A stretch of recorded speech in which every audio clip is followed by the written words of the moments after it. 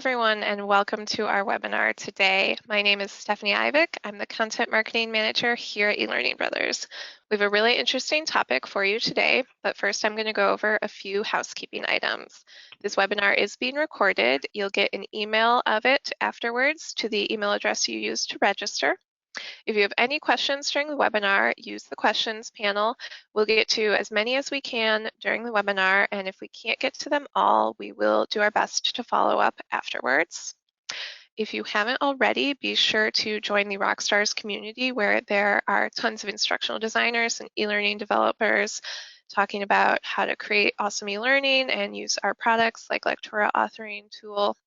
You can get a lot of tips and tricks from them. And today, our guest is Michelle Pletch. She is one of our custom team's fabulous instructional designers. She'll be talking about the current trend of educators moving to instructional design. And so without further ado, Michelle, I'm going to make you presenter and turn the time over to you. Thank you so much. Okay, there we go. Thank you so much, and welcome everybody that has joined us this afternoon. Those of you that are teachers, if you are back in school and maybe recording this and seeing this later, then welcome to you too, and thank you for being here. Okay, let me get it on.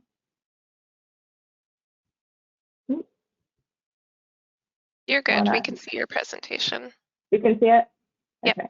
I was trying to make this a little smaller so it's out of my way. Okay, we'll just go like this. All right. As was mentioned, the topic is why educators are becoming instructional designers. And then for those of you that are teachers and are interested in this career, or perhaps just wanting a career change and are trying to see if this would be a good fit, that's where this presentation is going to be geared today. So if you are interested in, if you're a current educator or in the school system in any other capacity, this is just going to be kind of a broad overview of how the two careers overlap, what skills educators bring to instructional design, and kind of an overview of what instructional design is as well. So just to give you a little background on me, just to give you a little bit of background, oh, it's not coming up, we'll just leave it there. Just to give it a little background on me, I went the non-traditional path for education. So I was not an education major in college. I kind of switched my major a lot of times, like a lot of college students do, everywhere from biology to mathematics, history. But either way, I was not an education major. After working at the university in admissions and their finance department, I decided to go back to school to get my certification in education. So I went through a teacher preparatory institute and got my education certification. I come from a long line of educators, my cousins and my father, my sisters, a guidance counselor, lots and lots of people in my family are in education. So I ended up going there too. For teaching, I taught for 11 years, all in middle school, 6th, 7th, and 8th grade, depending on the year, and sometimes a couple at the same time. Mostly science, also ESE, exceptional student education. And as I said, that was for 11 years in the middle school setting. And then while I was on campus, while I was teaching, I did a lot of your kind of traditional extracurricular type activities. I ran clubs and I coached and I was team leader and all that sort of thing. So besides just giving you kind of a background on who I am, the reason I wanted to tell you all of that was really because I wanted you to see that it didn't matter, what you majored in. It didn't matter what subject area you taught. You didn't have to be, in the computer science type realm as far as that sort of thing goes, in order for your teacher skills to be able to translate over to instructional design. So if you were in education, in whatever realm, whatever role, right, whether you worked at the district working on curriculum or you were in the classroom as a language arts or history, science, math teacher, the skills that translate over, it doesn't matter where you were in your teaching career. So this actually was not a topic that I was going to discuss, but I had a lot of questions. If you guys received the email a couple of days ago about why you signed up, this was one of the questions that was on there quite a bit. So I figured I would go ahead and touch on this. So thank you for everybody that filled out that survey. It's really nice to know what you would like to hear out of these sorts of webinars. So a lot of people said, why are teachers making a career change? And then a couple of them said, besides pay, in parentheses. But pay is one reason. A lot of teachers decide to go a different route, especially depending on what state you're in. So it is one reason, but there are a lot of other reasons that you'll hear teachers give for switching from education to the corporate type of world. One of the reasons, lack of resources. If you've been in the classroom, excuse me, for any length of time, you probably have spent money out of your own pocket for different resources, had things that you wish you could get or supply to your students, but just didn't have those resources. And school systems in general are very limited as far as their funding goes. So that can get kind of frustrating after a while.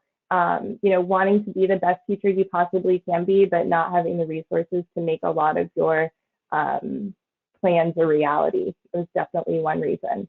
Time is another one. A lot of people see teachers as having lots and lots of time off as far as summers and winter breaks and that sort of thing. But a very large percentage of teachers are working weekends, obviously without pay, right? It's no overtime in education for the most part. So a lot of teachers are spending a full day during their weekend, doing their lesson plannings and just getting ready for the next week. They're doing trainings over the summer, or again, planning for the next year. And they're staying late, they're coming early. I know I usually went in, quite a bit early before I had to be there. So a lot of teachers, even though we do on paper have a lot of time off, felt that they just really had no time for their family. So that is another reason that sometimes you'll hear teachers say that they want to make that change.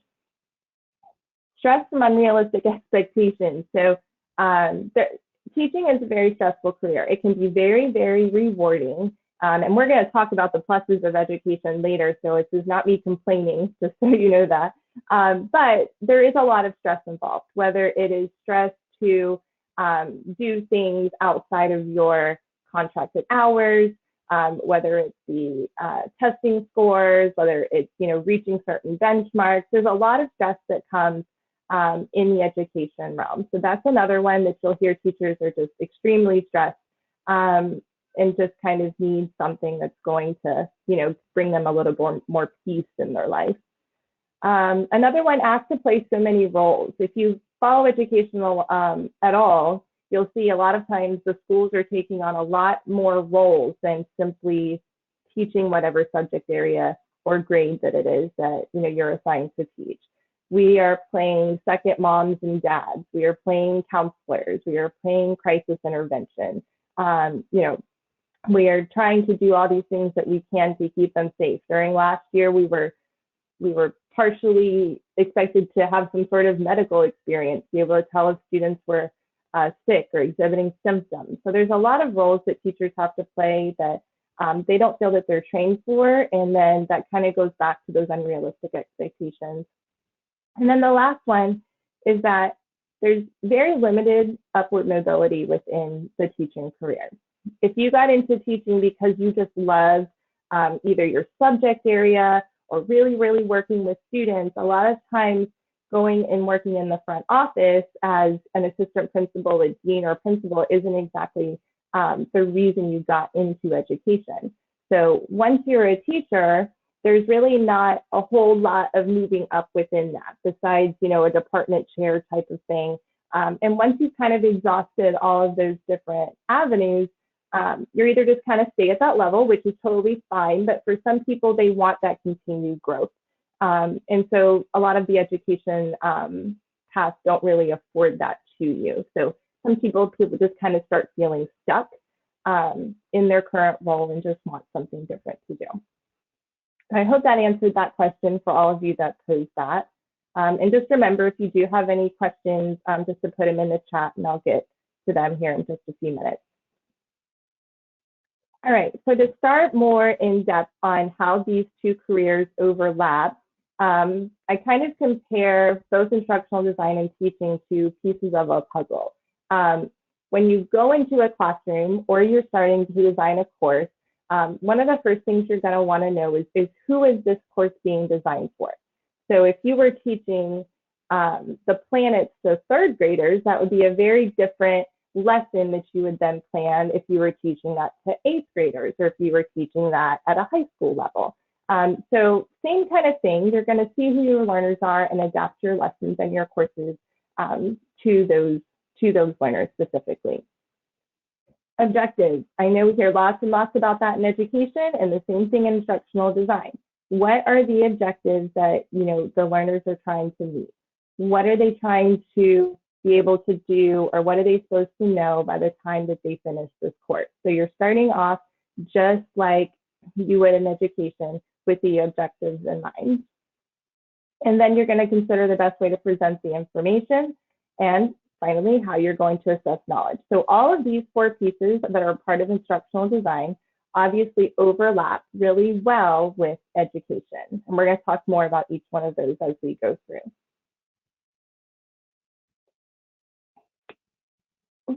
All right, one of the main differences between instructional design and being in the classroom is who those learners are. So in education, you kind of get assigned a specific grade or range of grades if you're in middle or high school, but your learners are generally not adults. In instructional design, your learners could really be anyone. Your learners could be younger people. They could be kids or teenagers, but more often they're actually adults, and they could be in all sorts of different fields. So it all just depends on who hires the company that you're working for, or if you're freelance, what people hire you. So you might have hospitals coming in trying to get a course together on a new piece of equipment that came into the hospital. So then your target audience there are going to be maybe techs and nurses and maybe some doctors. Maybe you're being hired by the city of Boston, and they're doing a diversity and inclusion training. And so then your target audience is going to be, for the most part, adult staff members in those offices. So one of the main differences between the two are going to be your learners. And teaching adults is quite a bit different than teaching kids. So one of the biggest differences between these two, I keep moving something on my screen, sorry about that. Some of the biggest differences between teaching children and adults, and I'm not going to kind of go through all of these, but for the most part, children, when they come into a classroom and when they come into a school, they understand that the teachers are going to present certain information. They don't really have a choice, right? Or state, for the most part, sets the standards that you're going to teach, and then whatever grade that child is in, that's what the student is going to learn. For adults, a lot of times they're actually choosing to take certain courses. So these might be ones that actually are really interested in that topic, or it could be because it applies to their job. Students also, when you get into high school or later middle school, you start seeing some a little more pushback on this second bullet. That students are more likely to accept things at face value, meaning the teacher gets up there and tells them something, they're not very likely to just start to question whether or not it's true. Adults are, on the other hand, more likely to rely on personal experience and being able to compare that to knowledge that they already have. So it's going to be very important that everything you present is not only factual, as it should be in education, but that it's backed up and there's a lot of evidence for it.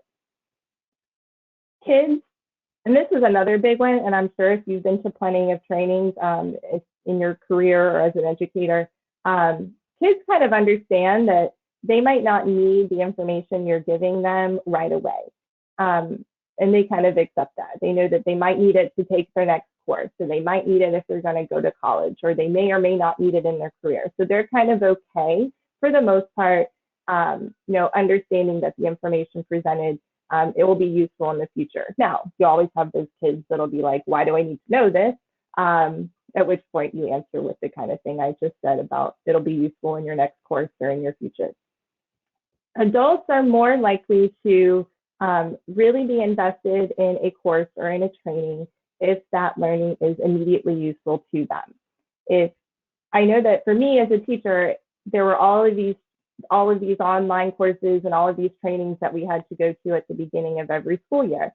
And the ones that I didn't feel applied to my specific job or in my classroom, I really wasn't that invested in. I just kind of did the bare minimum, to meet those requirements, because if it's not useful, we just don't really see the point as adults. Our time is limited, and we really want to make the best use of our time. So for adults, it's really important that the information is useful in the immediate time or in the future coming up. Couple other just little things to talk about on here. Students are a lot of times motivated by more external type rewards, as far as they get money if they get all A's on their report card, or maybe they get the ice cream social or something if they make the honor roll. Those are things that are kind of motivational to children. Now, adults like those too, of course, but a lot of us are more internally motivated by either wanting to better ourselves, wanting to learn new things, or wanting to be able to apply that to move up in our career or personal lives. So those are just a kind of couple differences, that when you're designing courses, it really needs to be clear to the adult that the information is going to be useful to them and something they can connect to, because they are more likely to kind of draw on previous experience when they're trying to read that information. All right, objectives. Lots and lots. Oh, let me stop. Were there any questions so far on anything before I get into objectives? Yeah, we have one question, kind of an overarching one. Could you describe what types of job opportunities are available in instructional design outside of the corporate world? Okay. I have a very basic understanding of this, so let me just kind of put that little caveat on there, because I did look at different instructional design avenues. So school districts and universities do have instructional design departments. So I guess textbook companies would still be corporate world. So I would say that school districts do hire instructional designers, and universities do have instructional designers. So those would be the two primary ones that I would be able to kind of let you know about. But we can do some follow-up after this if we want a little bit more detail on that. So outside of the corporate world, those are some opportunities if you still wanted to be in the realm of education. Yeah, I know that a lot of our Lectora customers, so Lectora is eLearning Brothers authoring tool, and we have a lot of universities who use that for creating online training. So that's definitely a great option. And that is all the questions we have right now. Okay, perfect. Thank you so much. All right. So again, just kind of trying to show how the two career paths overlap. Objectives. Just like in the classroom, we start with these set of standards and say, okay, this is what my students need to learn. In the instructional design world, you're doing the same thing. But instead of the standards being set by the state for the most part, here they're going to be set based on the client, right? Whoever it is that has hired you to create a course for them. So it would be constantly changing. You'd be creating different types of courses for different types of clients, and those objectives would be wide ranging just depending on what the client is looking for. Another kind of overlapping situation is that when you're designing your lessons, you're trying to make sure everything you're doing within that lesson is for the goal of meeting those objectives. Especially if you're going with adult learners, they don't want kind of the extra type of stuff, the circumference, right? They don't want you going around the topic. Like they want you to be direct and to the point, so that way they're able to meet the objectives, they're able to understand the information, in a very direct format without kind of, wasting a lot of time, because adults, like I said, we're short on time. So everything you create needs to be useful and making sure it's in line with those objectives. I know in the classroom, I know I was guilty of this, but sometimes a student asks a question and you get completely off track from what your objective is during the day.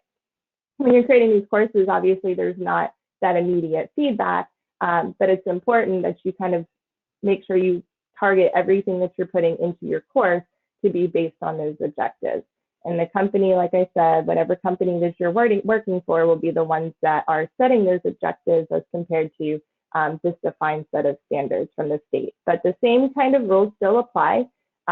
What do they want to be able to do or understand, feel, and that sort of thing? Is the goal for them to be able to build something? Is it for them to be able to use some sort of tool? Is it just an overarching training where they're just trying to impart some general knowledge about the company or about some policy? So depending on what the training is for, it would still fall within the same kind of objective setup that you use in education. And I use Bloom's here just because it's so familiar. If you're more familiar with Marzano or any of those, it's the same basic thing. What do we need the learners to be able to do or understand by the end of the training? All right, probably the biggest difference, or one of the biggest differences, is how you are going to present the information. Your learners are no longer going to be in front of you. So in instructional design, this isn't like some of your virtual schools where the instructor is meeting, not for the most part, where the instructor is meeting with those learners on a daily or maybe weekly basis, if it's like a virtual school type format. Everything that the learner needs to be able to know, feel, or do has to be in the course. It's got to be something accessible to them on the screen. So I know in education, when I was making PowerPoints or whatever other sort of presentation I was doing, I was kind of putting the main points up on the screen for the students to be able to see, or if I wanted them to write something down. But I was also talking. I was also imparting information based on our discussion and based on the lecture if you were lecturing. But in instructional design, you really have to make sure that everything that you want the learner to know is within that course. So that also includes making sure you get a good background on where those learners are coming from, making sure that everything in there is going to be something they're going to understand. So that comes in with, now you're going to have to work with the client to kind of really get a good understanding of, does the learner understand X, Y, and Z that's in this, document that you told me I need to write up, or do they need to have some glossary, or do they need to have some other reference source? Because as I said, there won't be someone there necessarily to help them throughout the course. When you're making these sorts of courses, for the most part, everything the learner needs has to be there, and there won't be an instructor or somebody there to kind of guide them and answer questions. So it takes a lot of thought. Again, if you're dealing with adults, they do have more resources and more prior knowledge, because a lot of times in teaching, you kind of think the students know certain things, but maybe you get 5 minutes into your lesson and you realize, oh, they didn't have that prior knowledge. I thought they did. So you can then at that point go back and do a refresher or teach that concept that they need to understand this new information. In instructional design, you're creating the course, and pretty much after the client gets it, that's it. You're not going to really see it again. So it's going to be really good to make sure you dig in with the client and make sure everything that the learner needs, you have there for you and you have there for them, because they're going to be the ones that are interacting with the material all on their own. So it does require thinking a little outside the box and reading the information and say, if I don't know what that means, let me make sure by checking with the client, that their learners will understand what this means. So it's just really important to make sure, going back to who the learners are, and then making sure you know exactly what they need to know and have all the tools available that they need to understand that information. All right, I'll do this one and then we'll see if we have any questions. So again, just like in education, you're going to be doing assessments. You want to know, or your client is going to want to know that those learners have learned everything that they were supposed to learn, that all of those objectives have been met and they're able to do whatever it was that was stated in those objectives. So a lot of us have probably been using web-based assessments for a while, whether they be, I know our district had some web-based assessments.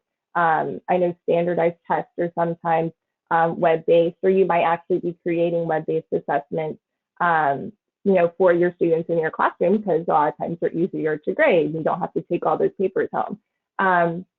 But again, the questions have to be written extremely clearly, because if you write a question that's a little bit confusing, there won't be anybody there to explain those questions to them.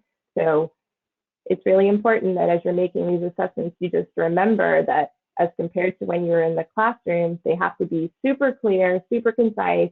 You have to make sure you clearly presented that information, because there won't be anywhere in there for them to be able to ask questions during those assessments. And then this last one that I threw in here, identify where gaps may occur ahead of time, because sometimes we use assessments in the classroom to see where the students are up to that point.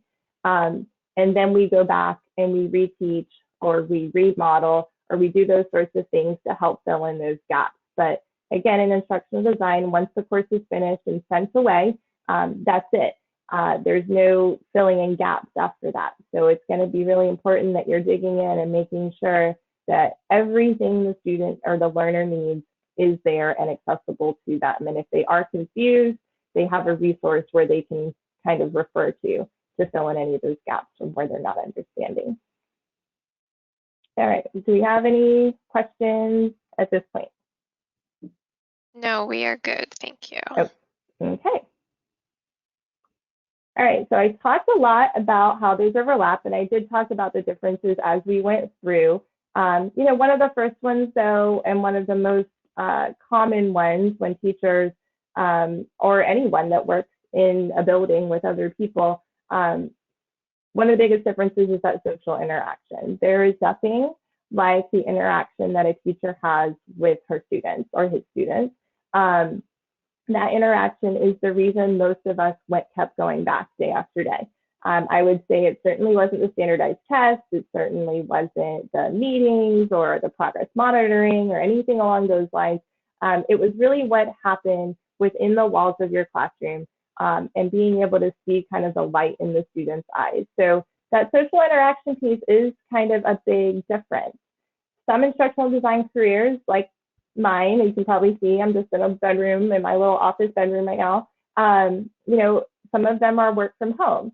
A lot of these careers, because you're mostly designing things that are online, are work from home. So that's a big difference. When you're used to being, if you're in secondary, maybe seeing 100 different students or more a day, along with your teachers and administrators, suddenly kind of being by yourself, except for online communication with your colleagues, can seem a little socially isolating. So that is one of the bigger differences.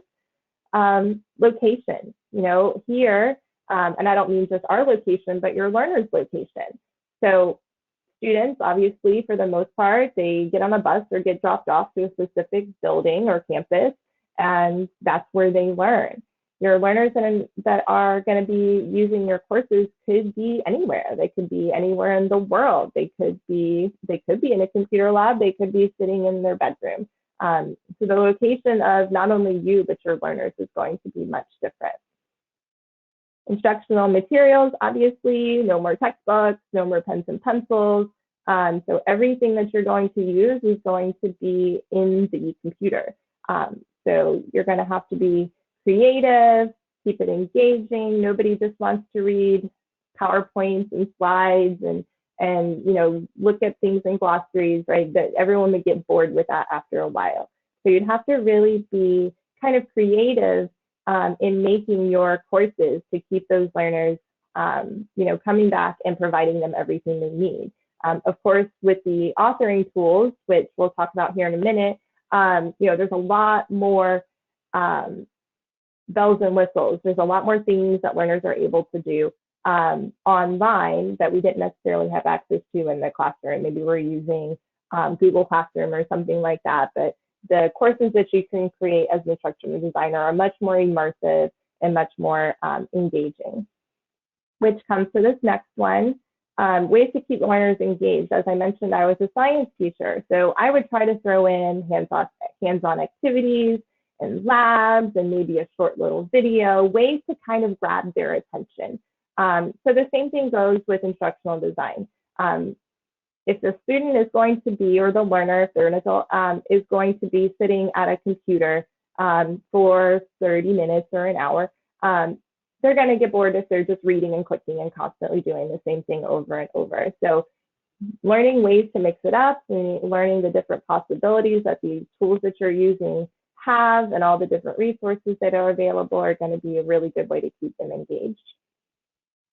Learning time. So again, now that you're not talking about the classroom and someone's maybe learning from their house, they're probably not going to sit for, let's say, 50 or 90 minutes like they would in a classroom. And if you think about it, a lot of our teaching time wasn't spent teaching, right? We had to do attendance, we had to do a lot of different things in addition to giving them instruction, handing out paper and pencils and all of that. So even though you had maybe a 50-minute class period, maybe your lessons aren't going to be that long. That might be a little long for someone to sit and just look at a screen for a while. So really kind of breaking the information into chunks and making sure that everything you're asking for them to do is reasonable. And then flexibility. There's a lot greater flexibility both for the instructional designer and the learner. As an instructional designer, since you are creating courses from home, you're not on that really strict bell schedule. And then for the learner, the same thing. They can kind of learn at their own pace and they can take in the information the way it's best for them to take in the information. So those are some of the key differences. But as you can see, there's a lot of overlap in addition to these kind of surface level differences. Do we have any questions at this point? Yes, we have several really good questions. Okay. First one, coming from teaching, we often need a constructed response or an open-ended question. Can you provide an example of what that might look like or how you would kind of mitigate that since you can't provide direct feedback in the moment? I don't have a perfect example of how you would, there's not a way to tell them to simply describe. And let me preface this with there are a lot of things about instructional design. I recently transitioned to teach from teaching over here. So there are some tools and tricks that I don't know yet. But for the most part, because I have asked this, anything that you're putting out there, you kind of have to be, it can't just be an open-ended question. You can ask an open-ended question, but the computer's probably not going to necessarily be able to give them feedback on their specific response. So if they were going to write out an answer, the computer could then come back and say, nice try, and then kind of give them a generic kind of, here's what it should have said kind of situation. But as far as, just describe X, and then they write something out, and then the computer be able to kind of automatically dictate or automatically kind of see if they got the answer right or they were on track. I'm not sure if there's a tool out there that does that very well. Yeah, I know in one of the courses our custom team created, we did, it was like an onboarding course and people could write in answers of like where they were located and then it gathered them and showed like a little pie chart of the answers. But that would be more of just like an engagement thing, not something that could be scored. Right. And it would display to the other people taking the course. But yeah, that's definitely tough. Oh, we do have some people chiming in the chat that you could connect them with Okay. chat bots that would respond to the questions. So a little bit of AI. Okay. And we have some recorded webinars on our blog about chat bots that would be a good good resource for that. And then also someone says you could compare a constructed response to a representative answer and have the user kind of reflect on Right, how their response compared to like the representative example. right. These are all really good ideas. Thank you, Yep. everyone. Yeah, And and then that we've second got, one, oh, sorry, I was going to say that second one is kind of what I was trying to get at a few minutes ago, where you can have them write, and then once they submit, it'll say, great, nice answer, kind of no matter what they said, and then shows them what the answer should have looked like, right? So, yeah, so even though they did do the writing and they engaged, you could make it so it's a certain number of words they had to write or something along those lines. But to actually score it the way a language arts teacher or a regular classroom teacher would kind of break down if they were grasping the concept. Maybe that chatbot could do a little bit more than I'm aware of. yeah. All right, and then we have a couple other questions. So if you want to transition into instructional design, what kind of computer skills do you need? Like, do you need to be a programmer? Do you need to be an expert illustrator? What do you need to move into this? Okay, I'm going to go ahead. Let me see. Yeah. All right. So this was kind of where my next slide was going, and this is just kind of some um, general kind of information here. So you do not need to be a programmer. So before I say just outright, you don't need X, Y, and Z skills, every company is going to be a little bit different in what they want your background to be. As I said, I came from education. I was a science and ESE teacher. So I was not, you know, I didn't know how to code. I didn't know those sorts of things already coming into it. There are some things you can learn to make yourself more marketable to potential employers. And if you go on any of these different job sites and just look up careers for instructional design, you'll see that they might want you to have some experience in authoring tools. Authoring tools are just where you would create your course. And I put some examples up here. Camtasia is actually more of a video editing tool, but that actually is very helpful because a lot of times you'll want those videos in your courses. So I threw that one up there as well. But Adobe Captivate, Storyline, and Lector are three authoring tools that it might be good to learn. And they're very popular throughout different companies. So if you really just went on any of these job search websites or LinkedIn, a lot of times you'll see would like proficiency or knowledge of how to work X, Y, Z. So you could start kind of looking and see which ones they have. Almost all of these will offer free trials so that you could actually kind of get a practice with it and get used to it. So that way you kind of can see. There are online webinars on how to be able to learn these. There are blogs. There are all sorts of different things that you can do to help you learn these different tools. So I would say that's kind of the main learning curve for me when I switched over from education to instructional design was learning these different tools, and I'm still learning them. I'm still getting the hang of really knowing these really well. And then it's going to depend on the company you're working for. Just like sometimes you'll go on an interview with a principal and they've lost the head of their department and they're really looking for somebody that has a lot of experience in a certain grade level with it or in a certain subject if they're kind of lucky enough to have enough applicants. So some companies might actually want or require more experience and some may be more willing to train you.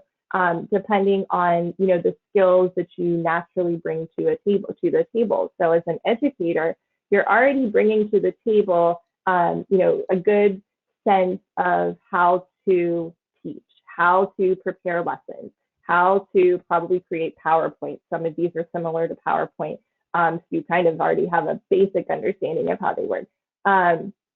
So you kind of bring these natural skills in with you, and then depending on the company, they might be willing to train you from the ground up, or maybe it would help if you had a little bit of experience. I would definitely say it would help.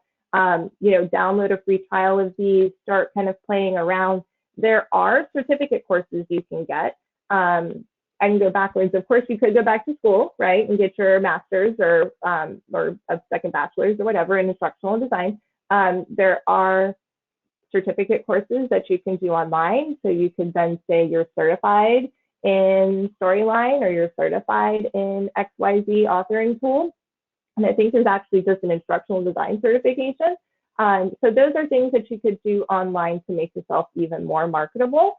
But as I said, if you have enough of those base skills as far as developing lessons, creating objectives, you're creative and can figure out how to present information in an engaging way, then some companies are willing to train you. So my best suggestion would be to go on some of these job sites, see what their qualifications are, and just kind of get a really kind of good overview of what they're asking. But some companies are more than willing to train you from the ground up if you're bringing a lot of those education skills to the table. Talk to other people in the field. Again, social media, it's got its pluses and minuses, but one thing that's great is you can connect with people in fields other than your own. So there's lots of different groups out there for instructional designers, so you could reach out, start reading those different blogs, start watching, like I said, webinars on different things, and just kind of start to learn what is involved in the instructional design process, which the instructional design process is very similar to your lesson planning design, where you're taking those objectives, figuring it out, the best way to present that information, and then putting it into action. All right, so I hope I answered that, but is there anything more specific on that or any other questions? I think that was a great answer, and it also segues nicely into the next few questions, which are around portfolios. Can you give examples of like what sort of things should be in your portfolio? Did you have any lesson plans from teaching that translated really well into a portfolio example? I did. So one of the things that I sent over was, if you remember, if you, I don't know what your different schools required as far as lesson plans, but I know when I was in my education courses, they required very, very detailed lesson plans that were pages upon pages upon pages long. Once you get into the actual everyday teaching, normally you're not submitting things that are that detailed, but I would every once in a while when needed for one reason or another. So that was something that I did present, and I sent over to the company as an example of my lesson planning style, as well as my writing style and writing capabilities. You could also, like I said, if you downloaded some of these programs and just got those free trials, you could demonstrate that you've at least started learning some of these different tools. But I would say your portfolio should be mainly focused, if you're coming from education into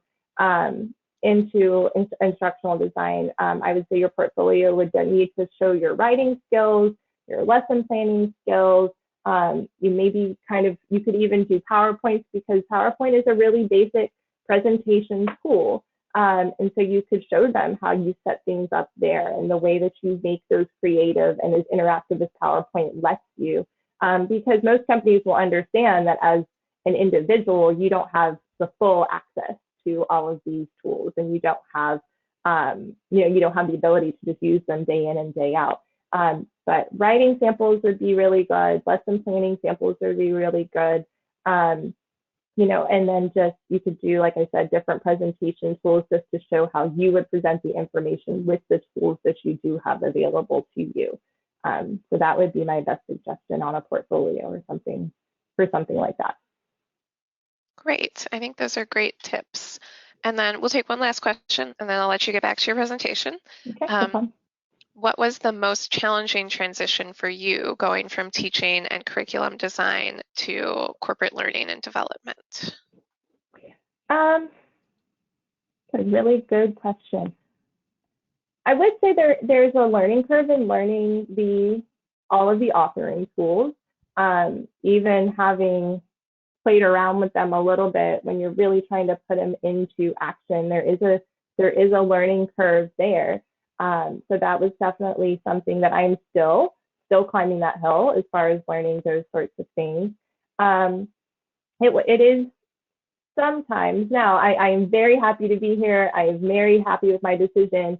But it is kind of bittersweet when you see all the teachers posting their pictures with their classes, all done up and like, I'm ready for my students. You're going to miss that. I know that I do miss some of that interaction with my students, and even some of my colleagues, some that I still talk to, and some that I just, don't see as much now that I'm not there. So as far as the learning curve, the main thing is, just learning these tools. As far as, if I was going to say I missed something, it is very different to be designing everything here as compared to being up in front of that classroom and talking to a group of students, some of which that are extremely engaged and some of which are throwing pencils at the ceiling or whatever it is they're doing that day. All right, that's all the questions we have right now. Thank you. Okay. And I think that kind of actually is a nice segue into, kind of this summary here. So when you are, and I know that I did this, I know that when I first kind of started contemplating, do I really want to leave teaching? There were a couple of things that I was like, I don't know if I really want to give this up.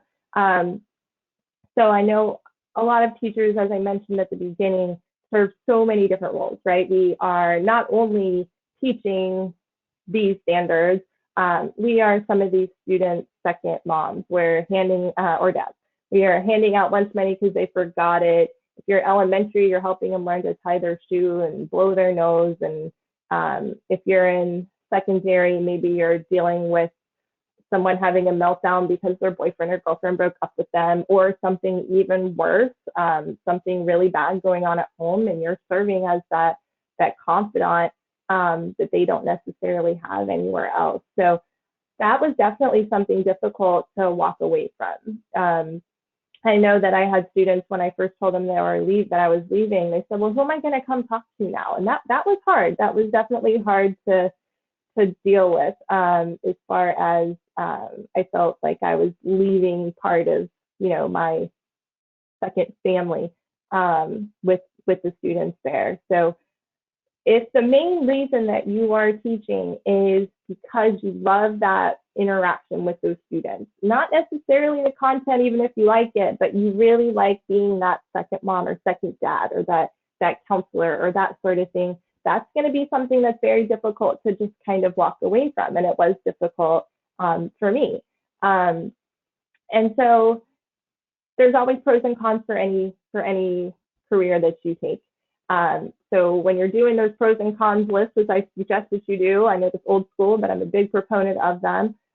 Just kind of see if those pros outweigh the cons or vice versa. So instructional design, like I said, sometimes you'll work in an office with a group of people, and sometimes you'll be like me and other people with this company, and you'll work from home. So if you're really that person that just thrives on that human interaction, then maybe this isn't, the best place. But here, I will just kind of throw this out, like the company that I work for, and I can't speak for others, but, we socialize, in the virtual world the best we can, and we know each other, and we talk, and we help each other through different issues. So that is still there. It's just not quite the same, right, as when you're dealing with people in person, especially when you're dealing with young people. So that was kind of, one thing that you really need to consider. So do you like working with adults? Do you prefer working with people that are younger? Do you prefer working with the younger generation? Because in instructional design, even if you're designing a course for students in the K-12 realm, you're still working with adults, right? You're not really talking to the students. You're just creating a course for them from afar, kind of like you would be if you were working for Pearson or one of those writing a textbook. So you're going to be working with adults all day. You're going to be working in a lot of different subjects. Now, for me, that was a plus. I had been teaching pretty much the same standards for 8 years. And it was getting to a point where like I didn't even have to look at lesson plans because I just knew what came next. So if you actually like learning new things, if you like, getting to branch out and learn about topics that you've never learned about, then instructional design would be great. And of course, like I said, there's the benefits from working from home. I think a lot of people pre-pandemic had never considered it, but a lot of people have kind of switched to that way of work now. Just as a personal example, my sister always worked in an office, and they just haven't gone back. The employees are being more productive and it's saving the company money, so everybody's just still at home. So you get to work from home, which could be a plus or a minus for you. You get to learn new things, and so you're still, and you can still interact with people, but it's going to be adults at this point. But if you just thrive on that seeing the light in those students' eyes when they finally understand the concept that you're talking about, that they've been completely lost on for the last week, and that light bulb suddenly goes off for them, that's something they're not going to be able to replace. So that would be something you would have to kind of figure out is, am I going to miss that too much? Is it going to be too painful when I see all my teacher friends decorating their classrooms? Or I'm going to be really grateful that I'm not there, for all the negative stuff that you hear teachers complaining about. So it's just a balancing act, and you just have to kind of really dig deep inside yourself and see which one is the right fit for you.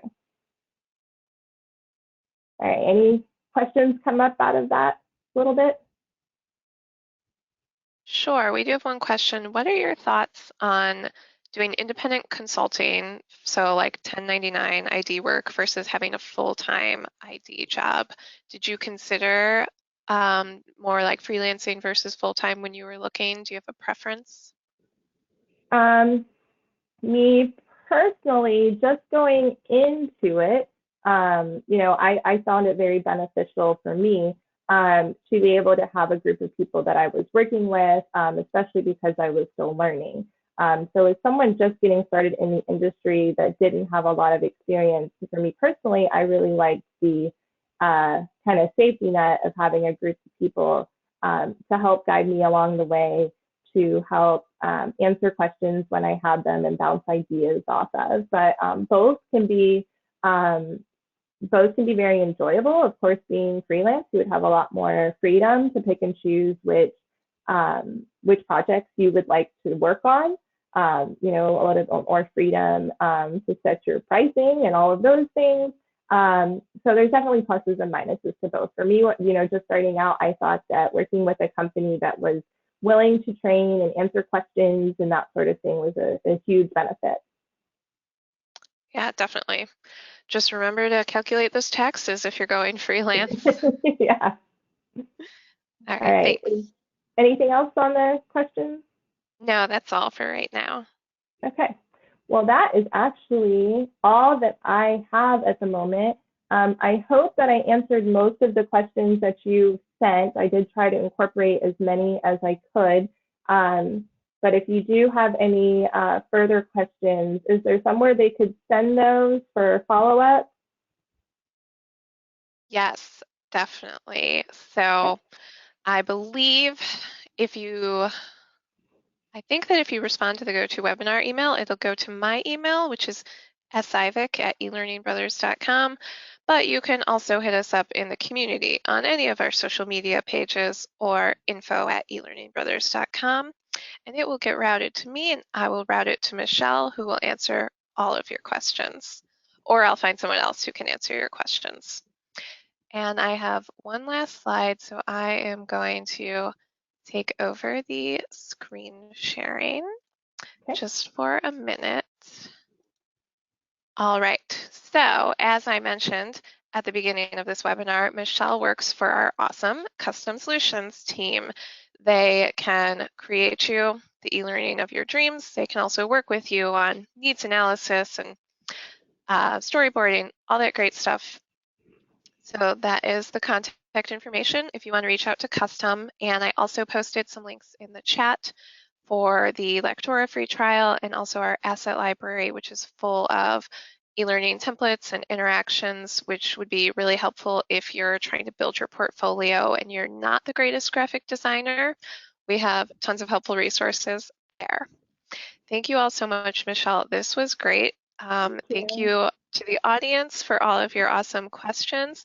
This was absolutely fantastic. You'll be getting the recording in your emails today or tomorrow. and we hope to see you all again on another webinar.